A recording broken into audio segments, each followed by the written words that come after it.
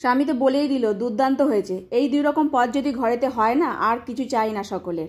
চেটে পুটে সমস্ত ভাত খেয়ে নেবে। রাধে রাধে বন্ধুরা, কেমন আছো সবাই? আশা করি সবাই ভালো আছো, সুস্থ আছো। সকাল থেকে আজকে ব্লগটা শুরু করছি। এখন বাজে 8টা। হাঁড়িতে জল বসিয়ে দিয়ে রান্নাঘর থেকে চলে যাচ্ছি ঘরে। চাল বাড়ন্ত হয়ে গেছে, চালটা ঢেলে নিচ্ছি। আর এটা 5 কিলোর ব্যাগ, তো যখনই বাড়ন্ত হয় তখনই আবার ঢেলে নিই। আর যেহেতু সকালে স্কুল গেছে, আজকে ওর এক্সাম আছে। তো যাই হোক, চালটা ধুয়ে এখন তুলে দিচ্ছি। আর প্রভুজি এঁচোড় নিয়ে এসছে, তো এঁচোড়টাকে বানাতে হবে। আর এঁচোড়টা বানাতে গিয়ে দেখি আটায় ভরে গেছে, তো সেটাকেই এখন পিস পিস করা হচ্ছে। এখন টুকরো টুকরো করবো। ওদিকে আলুটাও ভাজতে দিয়ে দিয়েছি। আলু ভাজার পর এখন এঁচোড়টাও ভেজে নিয়েছি। আজকে ভেজে রান্না করছি, আজকে সেদ্ধ করছি না। মিক্সচারে একটু মশলা পেস্ট হয়ে গেছে।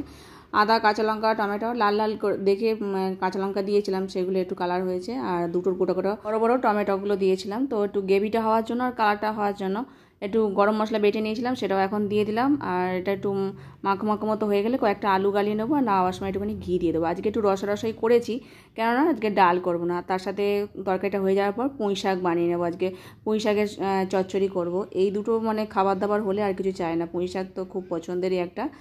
পুঁই শাক আমাদের ভগবানের সেবাতে চলে, তো এই আমরাই সেবা দিই। আর যাদের চলে না তারা গ্রহণ করবে না। যাই হোক, আলু সবজি যা যা ছিল, কুমড়ো ছিল, সব ভেজে নিয়েছিলাম। গাঁটি কচুও দিয়েছিলাম, মানে পুঁই শাকে যদি গাঁটি কচু দেওয়া হয় খুব ভালো লাগে। বড়ি দিয়ে করেছিলাম, আর একটু আদা আর হিং দিয়েছিলাম। ডাল ফোড়ন দিয়ে করি, খুব সুন্দর হয় মানে পুঁই শাকের চচ্চড়িটা। তো সব কিছু মিলিয়ে ভগবানের ভোগ নিবেদন করেছিলাম। তার সাথে একটু মিষ্টি দই আর শসা দিয়েছিলাম। এঁচোড়ের তরকারি একটুখানি আলাদা করে রেখে দিয়েছি, মানে অনেক একটা গোটা বড় এঁচোড় নিয়ে এসেছিলো, তো সেটাকেই দুবেলা যাতে হয়ে যায় সেই জন্যই আলাদাভাবে করে রেখেছি। খুব সুন্দর প্রসাদ হয়েছিল। প্রভুজি তো খেয়ে একেবারে প্রশংসা করছে যে খুব দুর্দান্ত হয়েছে। এঁচোড়টা যেমন হয়েছে, পুঁই শাকটাও তেমন হয়েছে।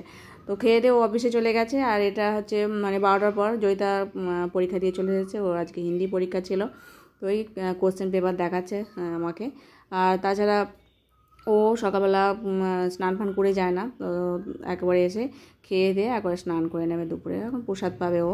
তারপর আমি ঘরে কাজকর্মগুলো সারছিলাম। আর আগের দিনে এঁচোড় নিয়ে এসেছিলো, ছোটো এঁচোড় হয়েছিল বলে প্রভুজিকে বলেছিলাম অত ছোটো এঁচোড়, একটুখানি হয়েছে, তাই আজকে এবারে একটু বড় দেখেই অফিস থেকে আসার সময় নিয়ে এসেছিলো। তো এঁচোড় কি এমনই জিনিস, রেখে দেবো 2 দিন রেখে দিয়ে রান্না করবো তা নয়। মানে ঘরে আগের দিন নিয়ে এসছে অফিস থেকে আসার সময়, আজকে দেখি শুকনো হয়ে গেছে। আমি ভেবেছিলাম আজকে এঁচোড়টা করবো না, যেহেতু পুঁই শাক আছে। তো প্রভুজি বললো না, শুকিয়ে যাবে।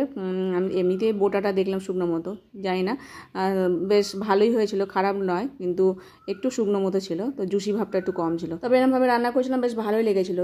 যখন আবার এঁচোড়ের সিজন কমে যাবে, যখন এঁচোড়গুলো বড় বড় হয়ে যাবে একটু, তখন আবার এঁচোড়ের ডালনাও খেতে খুব ভালো লাগে। তো এই তরকারিটাও মানে আমাদের ঘরে খুব ভালোবাসে সবাই, জয়িতাও ভালোবাসে, আর পুঁই শাকের তরকারিও। তো যাই হোক, সব মিলে খুব সুন্দর প্রসাদ হয়েছিল আজকে। আর এখন কাজকর্ম সেরে তারপরে স্নান করে নেবো। আর আজকের মতো ভিডিওটা এখানে শেষ করছি। সকালে ভালো থেকো, সুস্থ থেকো। হরে কৃষ্ণ।